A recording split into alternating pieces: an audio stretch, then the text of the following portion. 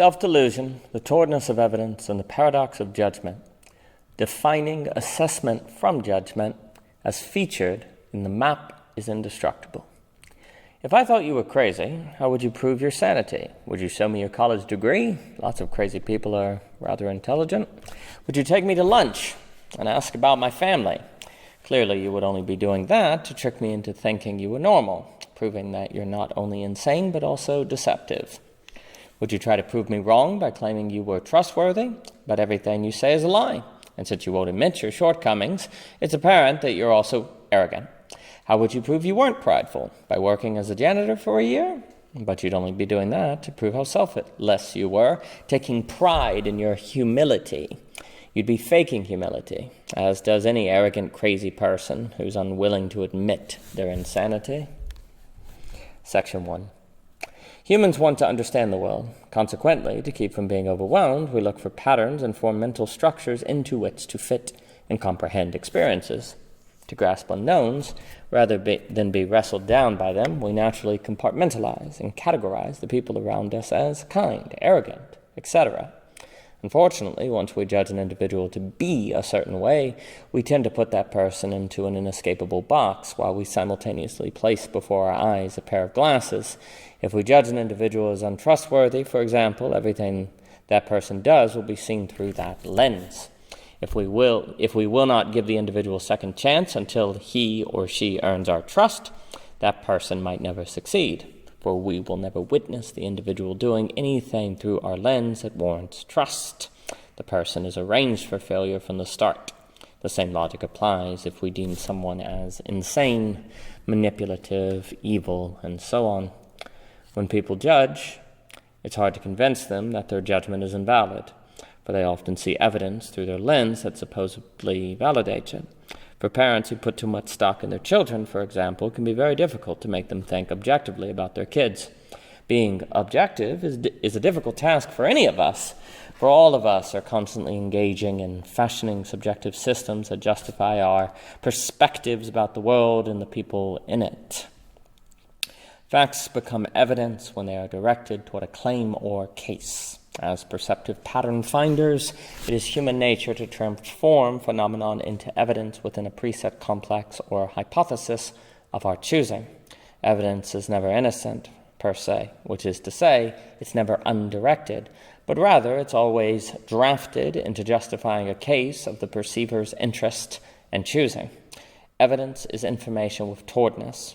If I overhear you mispronounce a word, I probably wouldn't pay any attention to it. However, if when I heard the mispronunciation I was already thinking that you were unintelligent, the error would easily function as evidence justifying my theory. A judgment primes me to be on the lookout for evidence, which makes me more confident in my judgment, even though its foundation is subjective, arbitrary, and perhaps wrong. Humans naturally build mental systems into which they fit experiences for the sake of comprehension. If we decide people are kind, we understand all their actions as pointing to their kindness. If we decide football is a bad sport, all the tackles and hoopla function as evidence, proving that the sport is a waste of time. What experiences prove is relative to the system a person is consciously or subconsciously trying to justify. Data that doesn't prove what a person expects to be the case tends to be ignored or overlooked in favor of data that confirms preset complexes. Also, while erecting a system of, for example, I am stupid, a person usually doesn't simultaneously beget a system of I am smart. A person tends to create only one system into which only one kind of evidence can fit, leaving out data that could invalidate the system. Lastly, data is framed in such a way that it is always read in favor of and toward the reader's position, and when this tendency is used to view oneself or other people, serious problems can result. Section 2. For this paper, to assess is to identify a phenomenon, to judge, to create a framework in and through which to interpret phenomenon. To assess is to identify something an individual did, while to judge is to fashion an identity from individual actions. Generally, if someone lies to us, to say, you lied, is to assess, while to say, you're a liar, is to judge. Of course, these two sentences, depending on the context, can signify the other. It cannot be discerned from the sentence structure alone if someone is judging or assessing, for that is a matter of disposition, not simply language, though language can suggest an orientation. To Christians, someone a liar is to fashion a framework through which to interpret all that person does and says, while to assess that someone lied isn't to fashion such an identity in corresponding lens. Judgment and assessment both perhaps stem from the desire to define the good from the bad, the perfect from the imperfect, and so on, a desire to define and or desire to organize that follows us wherever we go and in whatever we do. We must make sense of the world, after all. We naturally divide, and if we re-systemize, we can grow from this division. However, if we divide and leave apart, we can lessen ourselves and others. All of us have a concept of how things should be versus how they shouldn't be, and there is nothing wrong with identifying errors or wrongs. However, it is misguided to view others through a negative lens, for this is to act as if everything they do is wrong. People, in fact, are a mixture of goodness and badness, and if we engage with them as if they are totally bad or totally good, we engage with an abstraction. To abstract the world is to disembody ourselves out of it, likely into alienation and error. To be judgmental is to define an individual's identity from what an individual does, while to assess is to simply take in what an individual does. To jump from saying he did something arrogant to he is arrogant is to jump from an assessment to a judgment, from identifying action in and of themselves to determining identity from actions. It is philosophically mistaken to confuse what a thing is with what a thing does, and it is this confusion which leads to trouble.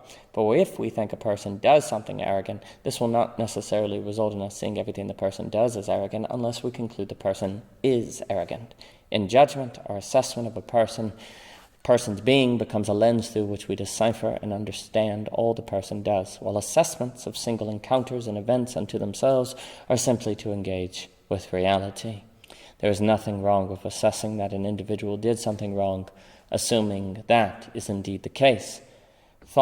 Though there is something problematic with concluding a person is wrong. If I say you're a good person, I am judging you as much as if I were to say you are arrogant. Judgments can be kind, yet kind judgments can be as dangerous as malicious ones. For if I conclude my son is a well-behaved kid, I can cease to be dispassionate about what he does. When he messes up in school, I might overlook it and forego an opportunity to help him improve. Similarly, if I conclude my son is impractical, when he writes a brilliant song, I might disregard his achievement and encourage my son to waste his artistic gift. Furthermore, the longer we judge people, the more evidence we likely feel we have proving that people are indeed how we judge them. But 100 years of data can never totally justify a system or judgment, at best, in line with the work of David Hume. The data can contribute to a certain probability of how an individual is like, but the data can never confirm the individual is indeed the way we think. Unfortunately, this means the longer I judge someone and the more supposed evidence I accumulate, the more I become susceptible to the overconfidence effect. Also called miscalibration, the overconfidence effect is when a person's confidence in his or her judgment increases without the accuracy of that judgment growing alongside it. This usually occurs when an individual, especially an expert, is given more information about a subject. The more evidence a person receives that proves his or her judgment about another, the more confident that evidence becomes. The more confident that person becomes that he or she is right. As evidence mounts and overconfidence grows, the harder it becomes to get the individual to stop being judgmental, for the surer that person becomes that he or she is doing the right thing by maintaining that judgment. Crises caused by overconfidence can be worse than those caused by ignorance, for the overconfident take more risks, while the ignorant don't tend to know how to be bolder and remain silent, feeling doubt that there is something to say. Section 3. Do not judge, or you too will be judged, for the tendency to judge others is eventually turned on the judger's self. Then, with the measure the judger used, the judger measures his or herself. In this way, judgment not only threatens our relationships with others, but also our relationship with ourselves. No one is perfect, so everyone is prone to self-judgment, and upon realizing fallibility, we may experience guilt, spreading and accelerating self-judgment. If someone asks me for a cup of coffee and the person calls me stupid when I admit that I forgot to buy some from the store, I will easily be tempted to think I am stupid versus I did something stupid. Since I am not reducible to a simple quality, to identify myself as stupid is to abstract myself out of the world. Disembodied, I have now created a lens through which to view the world and myself. Consequently, since the mind naturally divides, dichotomizes, and judges, I will likely start seeing lots of evidence confirming that I am indeed stupid. I'll start noticing the words I always mispronounce. I'll realize I didn't set the table right, and so on. And further, fear and guilt will set in. Eventually, I will conclude, quote-unquote, objectively, that I have proven my stupidity and descended into a self-justifying loop of despair. There is nothing wrong with self-assessment, but self-judgment is a threat to our well-being. The line between the two is thin and takes vigilance to keep from crossing, but that vigilance is necessary, for it is dangerous to judge that there is something wrong with me. Once this judgment is done and the glasses have been put on, the individual will likely come to see ever more evidence that there is indeed something wrong with his or her self. Primed to be self-critical, when someone asks a girl, for example, why she cut her hair, she'll be tempted to take this comment as criticism rather than a question, especially if the girl sees any kind of displeased look on the asker's face. Even if the asker was just wondering, the girl who cut her hair may go through the day remembering the exchange as evidence that she is stupid. After hundreds of similar exchanges and inevitable human mistakes, the girl may fall into despair. In this place of depression, if a friend tells the girl that it's all in your mind, the girl might shake her head, convinced that she has witnessed hundreds of examples of evidence proving her friend wrong. She won't listen, not because she's stubborn, but because she believes that she knows substantial counter-evidence, that to think otherwise would be to deny reality. The sadness the girl then incurs could make it seem as if she was right when she first said there is something wrong with me, when in fact it was the judgment that led her down the road to make it thus. The words beget the facts before the words referred to facts, and coming to believe a false version of reality, the girl could fall into self-deception, yet be confident in her incorrect perspective, consequence of the paradox of judgment. Judgment incurs self-deception, as self-deception incurs judgment. It is to abstract ourselves a disservice. But if we've judged ourselves and others for years, how do we stop and switch to the state of openness and diligence that assessment entails? Judgment eventually becomes a habit, and like all habits, it requires time to break and change. If we want to break the habit of eating sweets, then whenever we see dessert, we must make a point to resist the craving. If we do this long enough, eventually we won't even desire sweets, and in fact will be repulsed by the thought. Instead, we might crave vegetables. Similarly, whenever a judgmental thought appears in our mind, we must resist the temptation to entertain it with both our thoughts and actions. This will be hard at first, but eventually we can break the habit of judgment and furthermore come to feel repulsed by judgmental thoughts. Section 4. And why do you look at the speck in your brother's eye, but do not consider the plank in your own eye? Or how can you say to your brother, let me remove the speck from your eye, and look, a plank is in your own eye? Hypocrite! First remove the plank from your own eye, and then you will see clearly to remove the speck from your brother's eye. Matthew 7, verses 4 through 5. To judge ourselves can be as abstracting and unhealthy as judging others. It should be noted that Matthew 7, verses 4 through 5 does not say that we shouldn't assess the fact that there is a speck in another person's eye, only that we shouldn't judge another for having such a speck. To assess is to see clearly, while to judge is to be blinded by a plank of abstraction or self-deception. To undergo self-deception is to give up on life to the dogs and to throw the pearls of our identity before abstracting swine. Keep in mind that when self-deceived and stuck in a loop of despair, we are a swine to ourselves. Also note that if a pig were to eat pearls, the pig would die. We cannot help ourselves until we see ourselves in the right light. We cannot remove a speck until we remove the plank. Until the speck in our eye is removed, we can only judge and assess ourselves wrongly. To judge ourselves is to put a speck in our eye. The act in which we attempt to remove a speck is the act that inserts a plank. Likewise, the act of judging another to remove a speck is the act of inserting a plank into our own eye, which renders us incapable of removing the speck, for the act robs us of the capacity to see clearly. This is because to judge is to be judgmental, which in being an act that abstracts us out of the world is wrong. Until we take the plank out of our own eye, we cannot help our neighbor remove the speck from his or hers. We cannot readily help others if we are despairing, and we cannot help others if we only help our ideas of others. It's loving to remove specks, but it's harmful to try to help others when we can't clearly identify with what they need help. A blind person who wants to help us across a busy street can help us, but only so much. Likewise, a judgmental person is unable to help others despite how much he or she may want to help. Regardless how well-intended, adamant, loving a blind person might be, the individual is likely not capable of helping us cross a busy street. When it comes to helping others, to be judgmental is to be blind.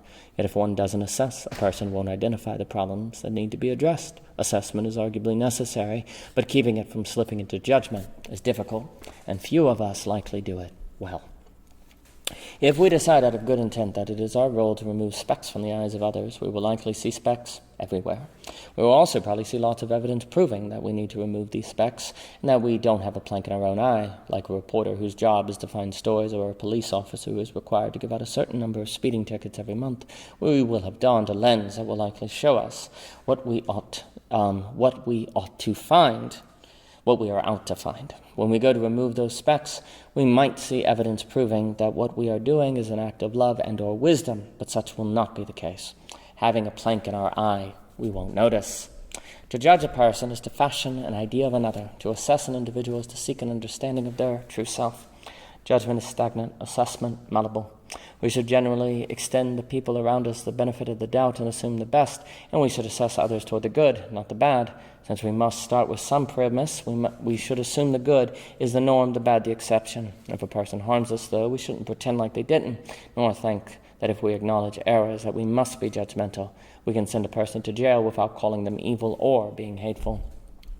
In the name of love, we can judge and gossip under a mask of care and concern, and trap others within inescapable systems of our judgment, which in turn can cause others to trap themselves within the systems we've outlined for them.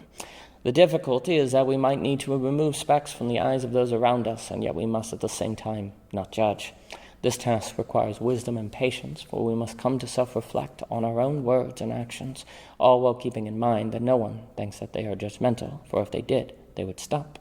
Such spotlessness, too, can be a judgment and system we erect around ourselves, one which we can find lots of evidence to justify and prove. We must assess reality, but not judge unless we fashion an abstraction in which we might unknowingly dwell. If we judge, we likely self-delude ourselves into an understanding of the world and those around us that lacks reality. Yet the whole reason we judge is to determine what's real. Ironically, judgment leaves us in an isolating abstraction.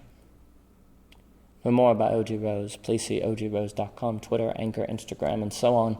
And please see Amazon for the books by O.G. Rose, and all reviews are greatly appreciated. And thank you so much for your time.